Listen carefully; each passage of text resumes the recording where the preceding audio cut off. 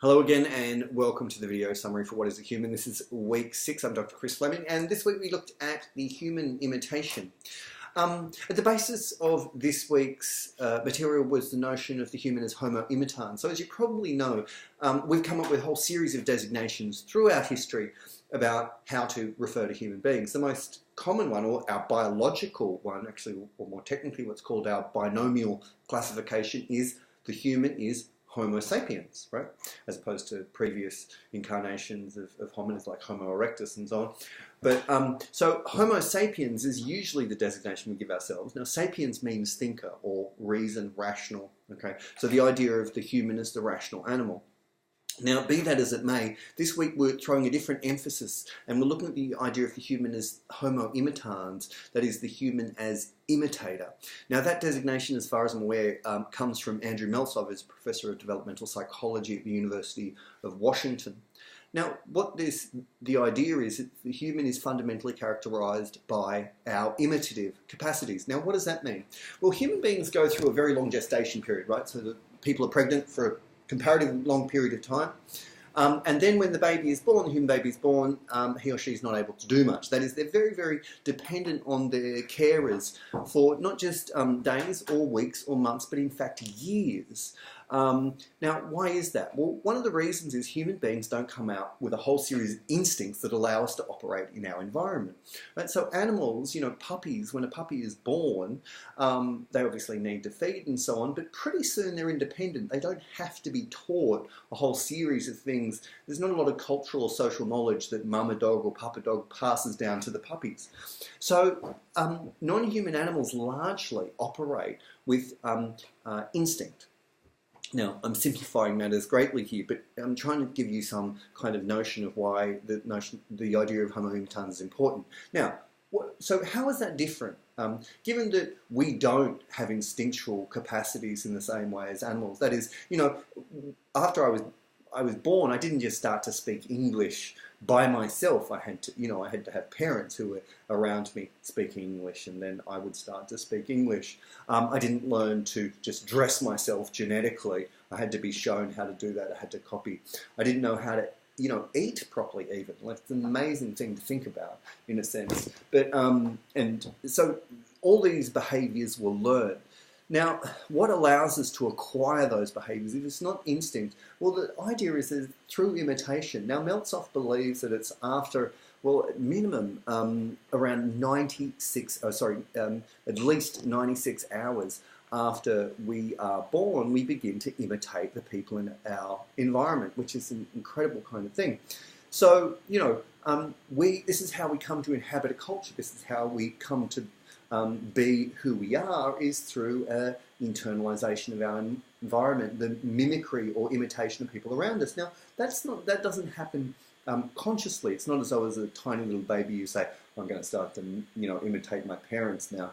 It simply happens. Now, that's quite a simple idea in one way, but the implications of that are absolutely huge. Now, the notion of Homo imitans, I say, is coined by Andrew Meltzoff, and I'm going to take up that notion in relation specifically to the work of the French anthropologist, philosopher and social theorist René Girard. But the idea of Homo imitans goes back, in fact, a very long way, at least 2,500 years, to Aristotle's Poetics, in which he says the human is the most imitative creature in the world and learns, first of all, through imitation. Nonetheless, we're going to be focusing on more contemporary thinkers in teasing out the implications of what this means for our thinking about the human. Now, there are imitative capacities, obviously, in non-human animals. Birds imitate each other's birdsong. Birdsong is often not... The capacity to sing is inherited in birds, but the particular tunes, as we'd say, the birds sing are not. And so very often those things are learned. There's certain kinds of other behaviours that are learned and in non-human animals, and this is especially so as we go up and get closer to genetically humans, so kind of in the ape species. Now think about for a moment why they call it apes, right? And the meaning of ape. Ape means to imitate. Anyway, but humans are vastly more imitative creatures than other non-human animals. Now, again, the implications for this are very, very large and important to point out. Now, one of the things is that if you think about imitation, most people think, well, this brings about social harmony, right? So we think the same, we have the same beliefs and values, we go to the same events, we're interested in the same things. And look, this is largely true. However, there is a potential for conflict in imitative behaviour, and that is through the convergence of desires on a single object. So if I'm with a friend and we go for the same football teams and we like the same foods and we enjoy the same kinds of activities, this is all fine until we want the same thing and there's only one. So both of us go for the same job and there's only one vacancy, or both of us fall in love with the same woman or fall in love with the same man, or whatever. So what imitative behaviour can do is that it has this function of social cohesion to a certain point, but there's this incredible potential for conflict in mimetic behaviour because of the convergence of desires upon non-shareable objects, I guess you put it that way, or you might want to put it that way. Now, what is desire? The way I defined desire in the lecture was appetite plus symbolic representation. What does that mean? Well, human beings have certain basic biological desires. We get thirsty, we get hungry, we want to sleep, we get sexually aroused and so on. But, and this is true right across large parts of the animal kingdom.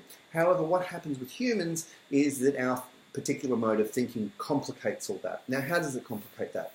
Well, we may be hungry for food, and that's an appetite, but what we want and the social significance of that, so you want gourmet food, or you want, I don't know, a meat pie to show that you're an Aussie or something, right? These things get complicated and wound in with our biological appetites. The second thing is human desire can operate independently of appetites, right? So you might go and buy a new jacket, not because you're cold, but because you just want another jacket. And that jacket supposedly represents you, or it has symbolic value to you, or status value to you, and so on.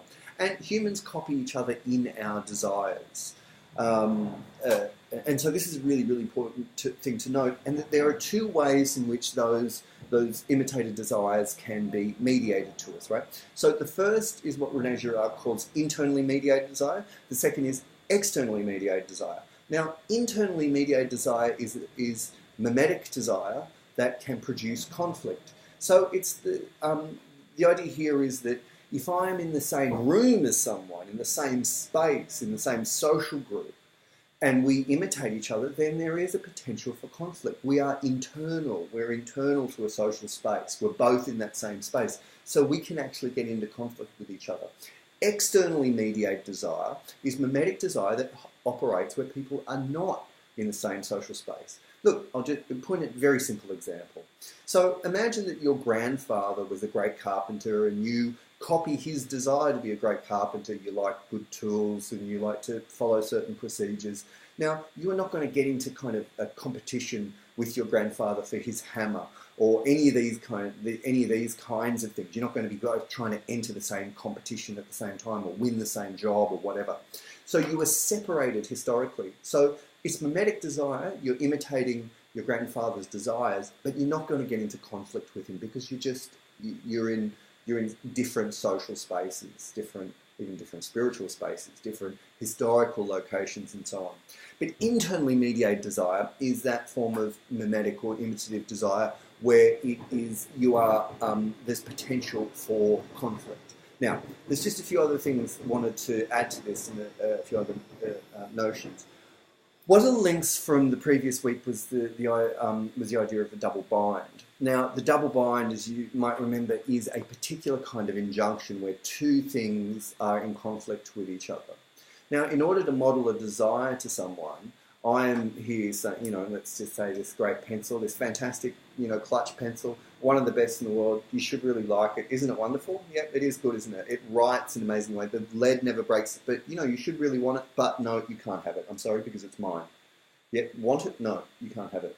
So there's a double bind in that. Want what I want, desire what I desire, don't desire what I desire, you can't have it. So there are forms of mimetic desire that do operate in a kind of double bind way.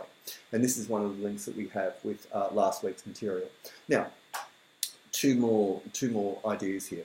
One of the things about desire, Girard says, is that ultimately it's metaphysical. That is, the idea is that ostensibly we want a particular object, but what we're really aiming at ultimately is the being of the mediator.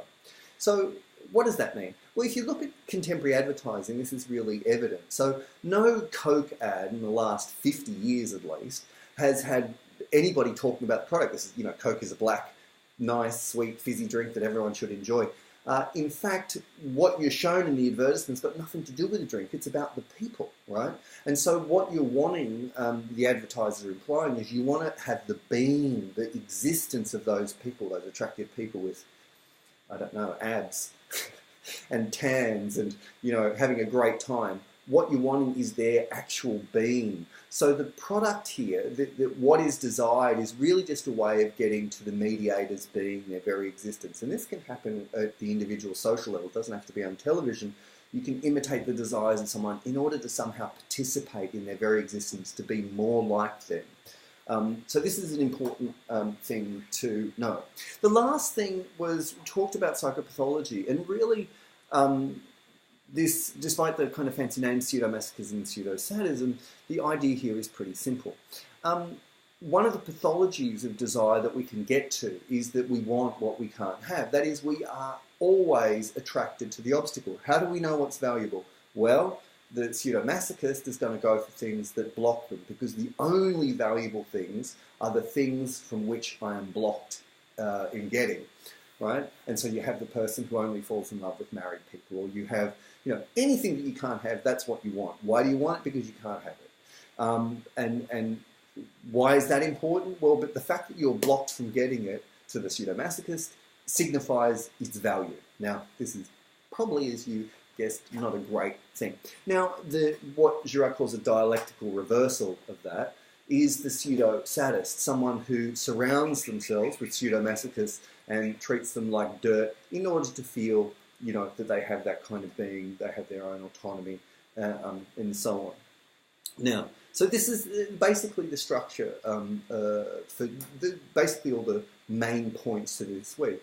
Now, we ended up raising some questions about this, and one of them that you might want to think about is, where is human freedom in all of this? If it's the case that we end up imitating those in our social environment, then what do we make of human freedom? It seems that, does it seem in Girard's scheme that humans are determined in particular ways? Maybe not.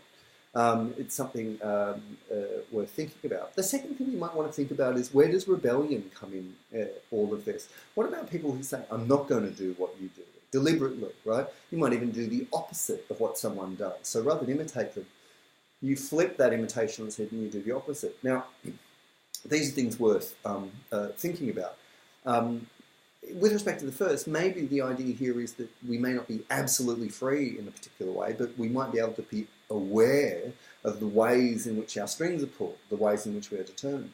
The answer to the second might be is that the rebel is just still as mimetically entangled with their adversary as anyone else, or their mediator as anyone else, but they just do the opposite, right? So you're still beholden to the other, because you're still dependent on them.